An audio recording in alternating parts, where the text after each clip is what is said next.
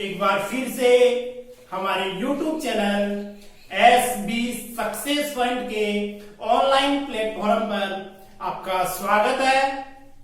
आज अपन एक नए टॉपिक के साथ जो अपना फिजिकल केमिस्ट्री है उसके बारे में आज अध्ययन करेंगे। अपन ने पिछले वीडियो में बात की थी IUPAC नामकरण की। तो IUPAC नामकरण पढ़ते पढ़ते अब साथ में एक नया टॉपिक और ले लेते हैं, फिजिकल केमिस्ट्री। अब सबसे पहले फिजिकल केमिस्ट्री में 12th क्लास की बात करेंगे। तो 12th क्लास में फिजिकल केमिस्ट्री के 4 टॉपिक दे रखे हैं आपके। कौन कौन से टॉपिक है वो देखो। सबसे पहला टॉपिक दे रखा है फिजिकल केमिस्ट्री का 12th क्लास के अंदर, सॉलिड स्टेट, ठोस अवस्था।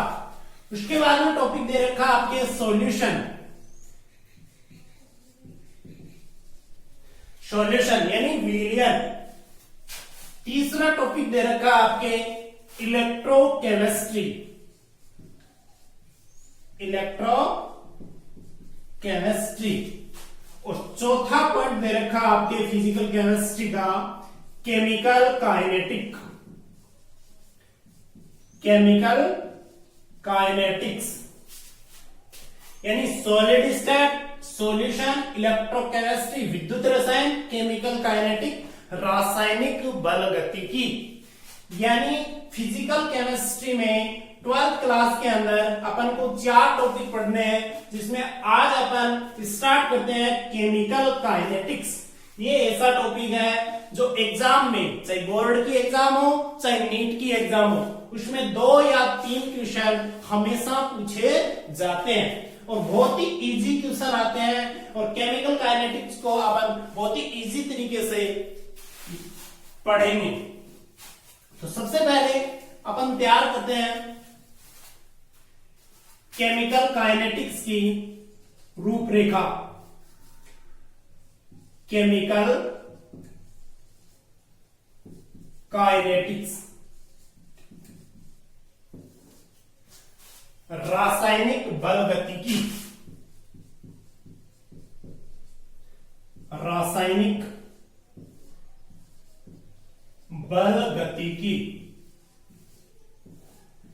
रासायनिक बलगति का अध्ययन करने से पहले अपन को 3 पॉइंट ध्यान में रखने हैं कि कोई भी रासायनिक अभिक्रिया होती है तो वो संपन्न होगी या नहीं होगी, या अभिक्रिया किस सीमा तक होगी, या अभिक्रिया का दर, या अभिक्रिया साम्य अवस्था तक पहुंचने में लगने वाले समय के बारे में किस तरीके से देखा जाता है, उसके बारे में 3 पॉइंट अपन को ध्यान में रखने हैं। सबसे पहला पॉइंट है कि अभिक्रिया संपन्न होगी या नहीं होगी। इसका अध्ययन किस शाखा के अंतर्गत किया जाता है, वो किया जाता है थर्मोडायनेमिक्स, जो अपन ने 11th क्लास में अध्ययन किया था। ठीक है, ऊष्मागतिकी यानी अभिक्रिया संपन्न होगी या नहीं होगी, अभिक्रिया संपन्न होगी या नहीं होगी।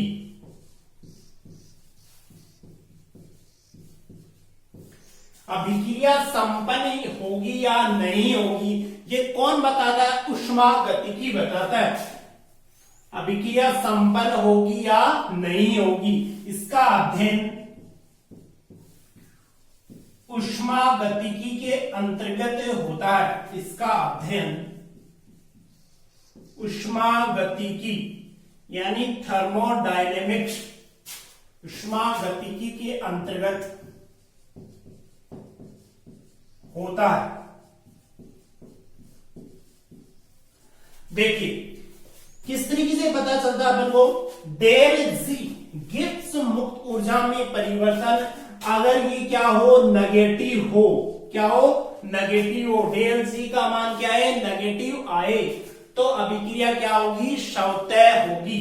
अभिक्रिया क्या होगी? शवतय होगी।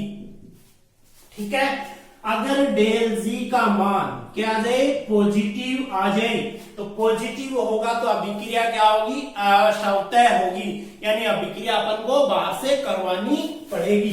इसलिए अभिक्रिया क्या होगी, डेल जी का मान अगर पॉजिटिव हो तो अभिक्रिया क्या होगी, असमतय होगी। अगर डेल जी का मान क्या आ जाए, जीरो आ जाए, जीरो आएगा तो क्या होगा, अभिक्रिया साम्य अवस्था में होगी। अभिक्रिया क्या होगी, साम्य अवस्था में।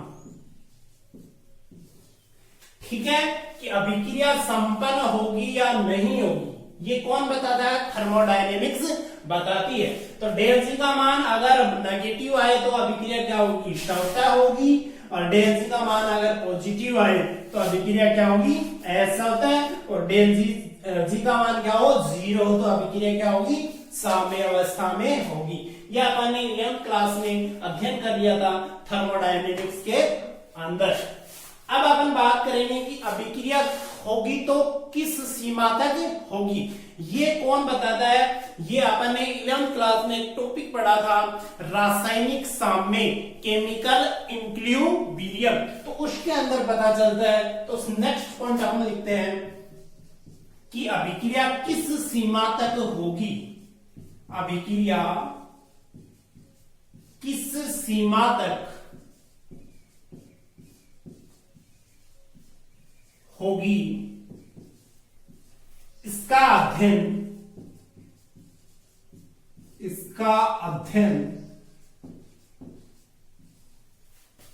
किसमें करते हैं, रासायनिक साम्य में करते हैं,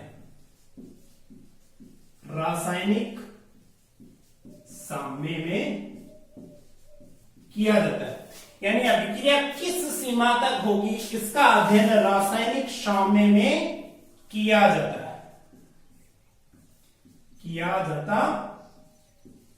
है।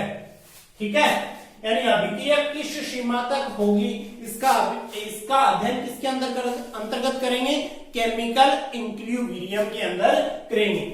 अब थर्ड पॉइंट आता है इसका कि अभिक्रिया होगी तो किस सीमा तक होगी और उसके की कितनी दर से होगी, यानी उसमें कितना टाइम लगेगा, उसमें कितना समय लगेगा, इसके बारे में अध्ययन किसके अंतर्गत किया जाता है, रासायनिक बलगति के अंतर्गत। तो आज का अपन का टॉपिक है रासायनिक बलगति।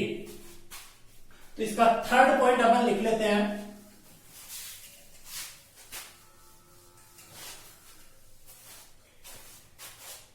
इसका थर्ड पॉइंट क्या होगा, इसका थर्ड पॉइंट होगा कि अभिक्रिया की दर या अभिक्रिया साम्य अवस्था में पहुंचने वाले लगने का समय जो अपन ज्ञात करते हैं वो किसके द्वारा करते हैं, रासायनिक बलगति के द्वारा करते हैं। तो अभिक्रिया की दर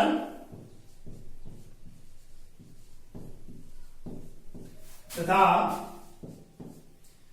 अभिक्रिया को साम्य अवस्था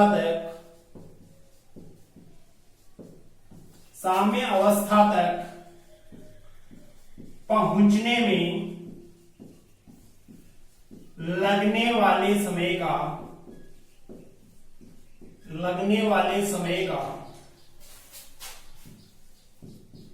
का अध्ययन किसके अंतर्गत किया जाता है, रासायनिक बलगतिकी के अंतर्गत किया जाता है, बलगतिकी के अंतर्गत किया जाता है।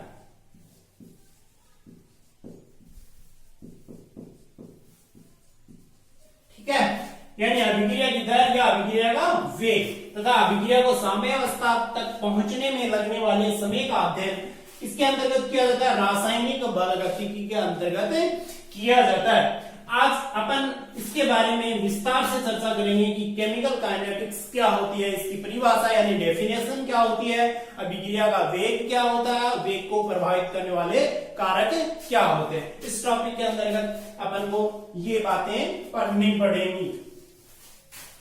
तो सबसे पहले अपन केमिकल काइनेटिक्स की डेफिनेशन की बात करें, परिभाषा की बात करें तो क्या होगा, ये किसकी शाखा है, फिजिकल केमिस्ट्री भौतिक रसायन की शाखा है।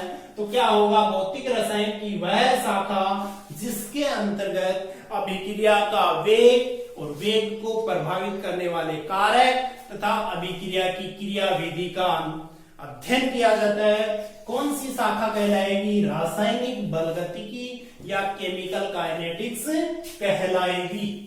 तो अपन बात करते हैं परिभाषा या डेफिनेशन की। क्या होगा? भौतिक रसायन की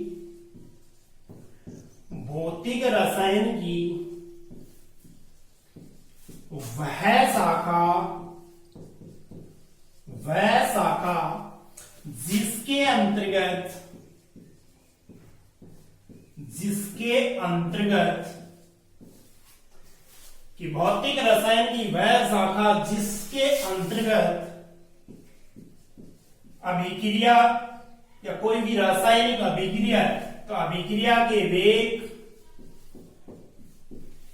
वेग को प्रभावित करने वाले कारक, वेग को प्रभावित करने वाले कारक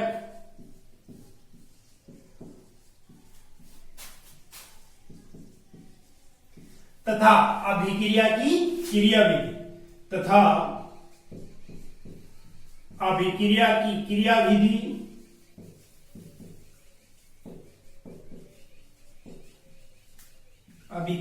क्रियाविधि के बारे में अध्ययन किया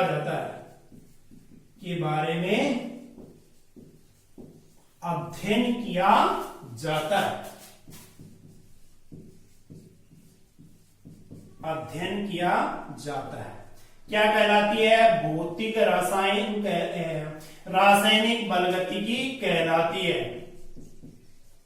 क्या कहलाती है? रासायनिक बलगतिकी कहलाती है।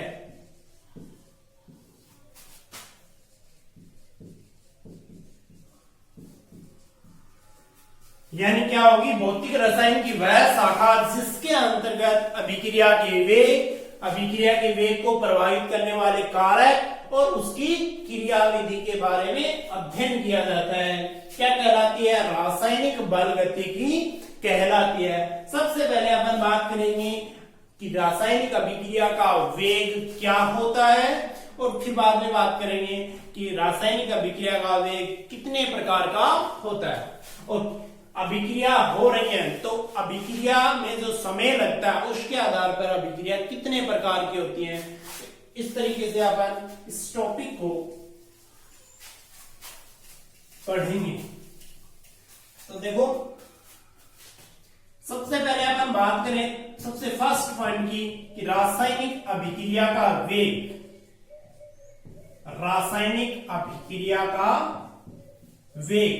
रेट ऑफ केमिकल रिएक्शन,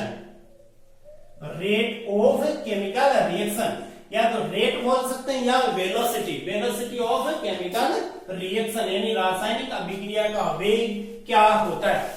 जैसे अपन मैथ में क्या पढ़ते हैं कि वेग पढ़ते हैं तो क्या होता है? दूरी बटा समय, यानी कितने समय में कितनी दूरी तय की। तो अपन रासायनिक अभिक्रिया का वेग पढ़ना है, तो वेग पढ़ना तो रासायनिक अभिक्रिया के अंदर या तो क्रियाकारक होगा या उत्पाद होगा। तो देखो, कोई रिएक्शन होती है तो क्रियाकारक आपस में अभिक्रिया रिएक्शन करके किसका निर्माण करता है? प्रोडक्ट का निर्माण करता है, यानी उत्पाद का निर्माण करेगा।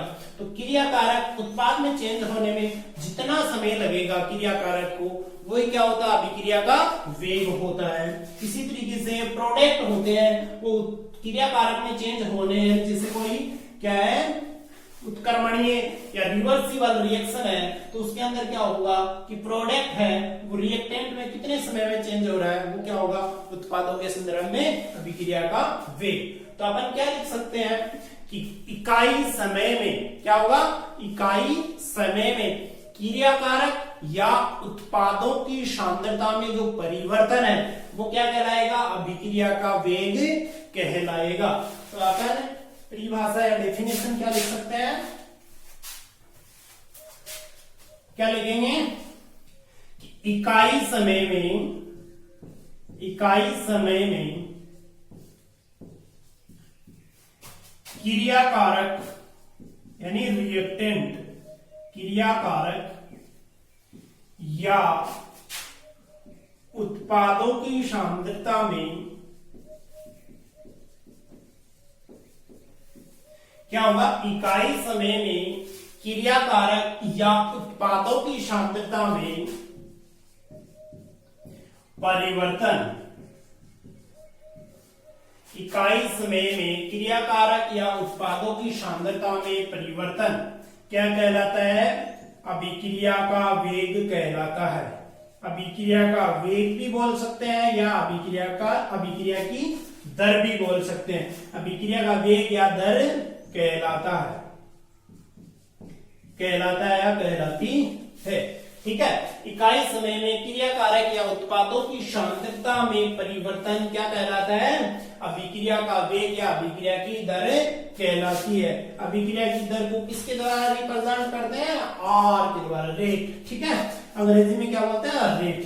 तो आर किसके संदर्भ में लिखना है अपन को, रिएक्टेंट, या मान लो कोई रिएक्शन है, क्या है, रिएक्शन दे रखी है अपन को, कोई रिएक्टेंट है, किसमें चेंज हो रहा है, प्रोडक्ट में चेंज हो रहा है। किसमें चेंज हो रहा है, प्रोडक्ट में।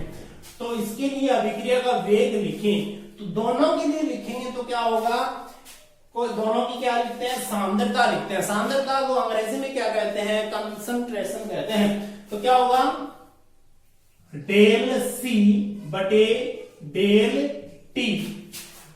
क्रिया कारक के संदर्भ में नेगेटिव चिन्ह आता है और उत्पादों के संदर्भ में पॉजिटिव चिन्ह आता है। तो क्या होगा, अभिक्रिया का वेग की सांद्रता बटे समय, सांद्रता में परिवर्तन बटे उसमें लगने वाला समय क्या कहलाता है, अभिक्रिया का वेग। या बटे में जो संख्या होती है उसको क्या मान लेते हैं, इकाई मान लेते हैं। तो परिभाषा क्या हो जाएगी, इकाई समय में ये दोनों की सांद्रता है, तो क्रिया कारकों की सांद्रता या उत्पादों की सांद्रता में लगने वाला समय क्या कहलाता है, अभिक्रिया का वेग कहलाता है। ये तो होता है सामान्य अभिक्रिया का वेग। अब अपन बात करेंगे क्रिया कारकों के संदर्भ में और उत्पादों के संदर्भ में। इससे पहले अपन अभिक्रिया के वेग में, यानी अभिक्रिया का वेग है, यानी कोई अभिक्रिया उसमें कितना समय लग रहा है, उसके आधार पर अभिक्रिया कितने प्रकार की होती है, उसका अध्ययन करते हैं। इससे पहले तो अभिक्रिया का वेग आपको समझ में आ गया होगा। अब बात करते हैं कि अभिक्रिया में जो समय लगता है उसके आधार पर अभिक्रिया कितने प्रकार की होती है, यानी लगने वाले समय के आधार पर, लगने वाले समय के आधार पर अभिक्रिया 3 प्रकार की होती है। 3 प्रकार की होती है। 3 प्रकार की कौन सी होंगी, देखो 3 टाइप्स की होती है लगने वाले समय के आधार पे। तो पहला टाइप कौन सा होगा, एक तो फास्ट अभिक्रिया होगी, एक क्या होगी, धीमी स्लो रिएक्शन होगी, एक क्या होगी, मीडियम होगी। ये 3 प्रकार होते हैं इसके। तो देखो सबसे पहले अपन कौन सी रिएक्शन देखते हैं, फास्ट रिएक्शन देखते हैं। फास्ट का मतलब तेज अभिक्रिया, तीव्र अभिक्रिया, तीव्र अभिक्रिया। ये क्या होंगी, वे अभिक्रिया जिनको संपन्न होने में क्या होता है, कितना समय लगता है, कुछ मिली सेकेंड से माइक्रो सेकेंड। यानी मिली सेकेंड का मतलब होता है बहुत ही कम, यानी 10 के आधा -3, और माइक्रो का मतलब कितना होता है, 10 के आधा -6। ठीक है, तो यानी वे अभिक्रिया यानी बहुत ही कम समय, यानी 10 की घात -3 का मतलब 1/1000, और इसका मतलब 6 बिंदी लगा दो। ठीक है, इस तरीके से 3 बिंदी।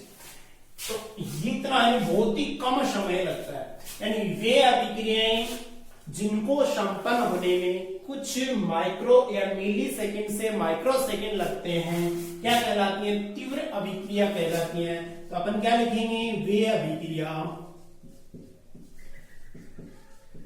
जिनको संपन्न होने में, जिनको संपन्न होने में, जिनको संपन्न होने में कुछ मिली सेकेंड से माइक्रो सेकेंड लगती हैं, माइक्रो सेकेंड लगती हैं, क्या कहलाती हैं, तीव्र रिएक्शन कहलाती हैं, तीव्र अभिक्रिया कहलाती है। कौन सी रिएक्शन है जो फास्ट रिएक्शन होती है, जितनी भी आयनिक अभिक्रिया होती है या आयनिक रिएक्शन होती है वो क्या होती है, तीव्र यानी फास्ट रिएक्शन होती है। उसमें क्या होता है, धनायन होता है, एक ऋणायन होता है। धनायन के जो होता है वो ऋणायन यानी विपरीत आवेशों के मध्य क्या लगता है, आकर्षण लगता है। तो विपरीत आवेशों के मध्य आकर्षण क्या होगा, अधिक होगा, इसलिए क्या होगी, तीव्र रिएक्शन होगी। क्योंकि विपरीत है तो विपरीत आवेशों के मध्य क्या लगता है, आकर्षण लगता है, अट्रैक्शन ज्यादा होता है। तो देखो एग्जाम्पल के तौर पे अपन क्या लिखेंगे, आयनिक रिएक्शन, क्या लिखेंगे, आयनिक अभिक्रियाएं।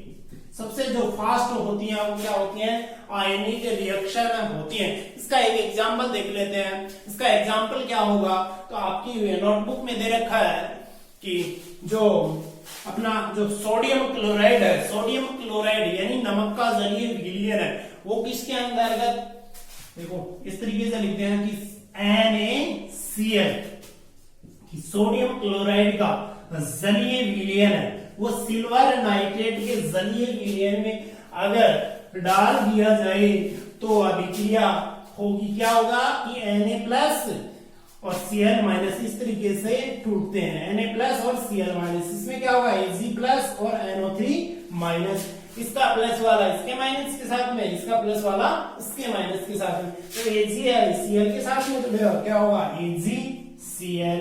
इसी तरीके से Na+ है, NO3-, एक प्लस एक माइनस, क्या हो जाएगा, NaNO3, यानी AgCl बना और सोडियम नाइट्रेट बना। तो क्या हो जाएगा कि क्या लिखेंगे अपन कि सोडियम क्लोराइड के जलीय विलयन में अगर सिल्वर नाइट्रेट का जलीय विलयन मिला दिया जाए तो AgCl का क्या बनता है, वाहित पीपीटी बनता है। यानी क्या आता है, श्वेत अवक्षेप आता है। क्या आता है, श्वेत अवक्षेप, यानी क्या होगा, वाहित पीपीटी आएगा। क्या आएगा, वाहित पीपीटी आएगी। और साथ में क्या निकलेगा, सोडियम नाइट्रेट निकलेगा। ठीक है, ये किसका एग्जांपल हो गया, तीव्र रिएक्शन का एग्जांपल हो गया। अब दो रिएक्शन और बची हैं। दूसरी रिएक्शन है धीमी रिएक्शन। क्या होगी, धीमी अभिक्रिया, धीमी रिएक्शन, यानी वे अभिक्रियाएं जिनको संपन्न होने में क्या होता है, कुछ दिनों से कई वर्ष लग जाते हैं। कौन सी रिएक्शन कहलाएंगी, धीमी अभिक्रिया कहलाएंगी। जैसे अपन एग्जांपल देखते हैं साधारणतया, कौन सा एग्जांपल होता है, जैसे नमी की उपस्थिति में लोहे पर जंग लगना, ये रिएक्शन क्या होगी, धीमी रिएक्शन होती है। तो देखो कि वे अभिक्रिया या वे अभिक्रियाएं जिनको संपन्न होने में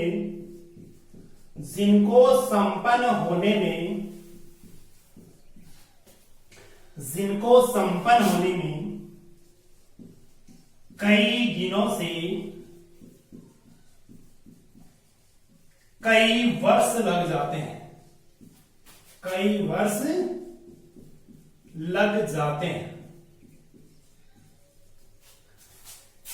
क्या कहलाती है, धीमी अभिक्रिया कहलाती है। धीमी अभिक्रिया कहलाती है।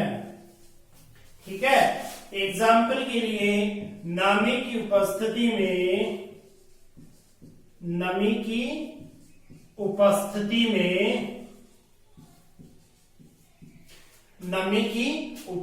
में लोहे पर जंग लगना, लोहे पर जंग लगना, लोहे पर जंग लगना, यानी लोहे पर क्या लग जाता है, रस्ट लग जाता है, यानी रस्ट को क्या बोलते हैं, जंग लग जाता है। ठीक है, ये क्या हो गई, धीमी अभिक्रिया। और थर्ड रिएक्शन यानी लास्ट रिएक्शन है इसकी, कौन सी है, मीडियम रिएक्शन, यानी मध्यम अभिक्रिया। जितनी भी आणविक अभिक्रियाएं होती हैं वो क्या होती है, मीडियम रिएक्शन होती है। तो मीडियम रिएक्शन की बात करें, ये लास्ट अभिक्रिया है, छोटी सी अभिक्रिया है। तो देखो थर्ड रिएक्शन यानी मध्यम अभिक्रिया, मध्यम अभिक्रिया, मध्यम अभिक्रिया क्या होगी, उनके सब दोनों की क्या होगी, मीडियम होगी। तो क्या होगा, वे अभिक्रियाएं जिनको संपन्न होने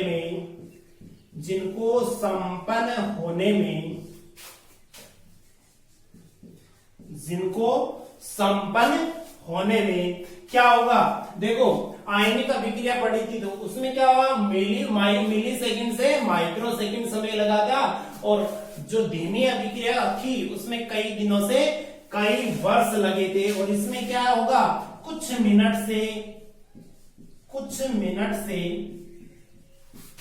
घंटे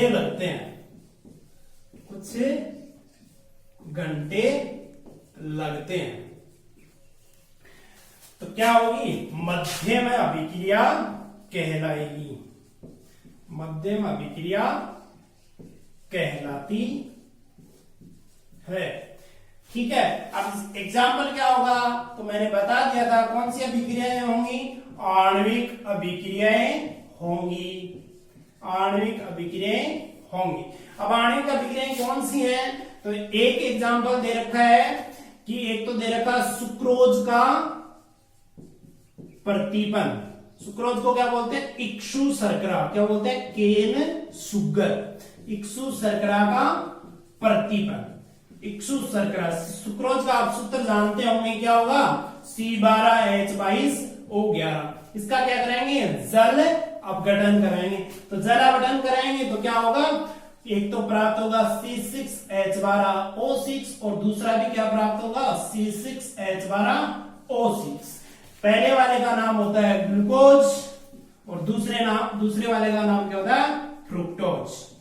ठीक है, अब इसके अंतर्गत क्या होता है कि आणविक अभिक्रियाएं, तो इसमें पढ़ना पड़ता है सुक्रोज या इक्सु शर्करा का प्रतिपन, यानी ये तो क्या है सुक्रोज, इसका क्या कराया, जल अपघटन, तो एक क्या प्राप्त हुआ, ग्लूकोज, और एक क्या प्राप्त हुआ, फ्रुक्टोज प्राप्त हुआ। ठीक है, इसके बाद में दूसरा एग्जाम्पल है इसका, ऊपर लिख देता हूं।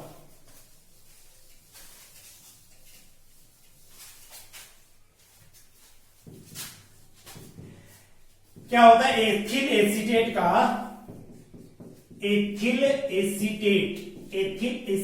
का सोडियम हाइड्रोक्साइड के साथ में जल अपघटन, क्या है, जल अपघटन, एथिल एसीटेट का सोडियम हाइड्रोक्साइड के साथ में रिएक्शन।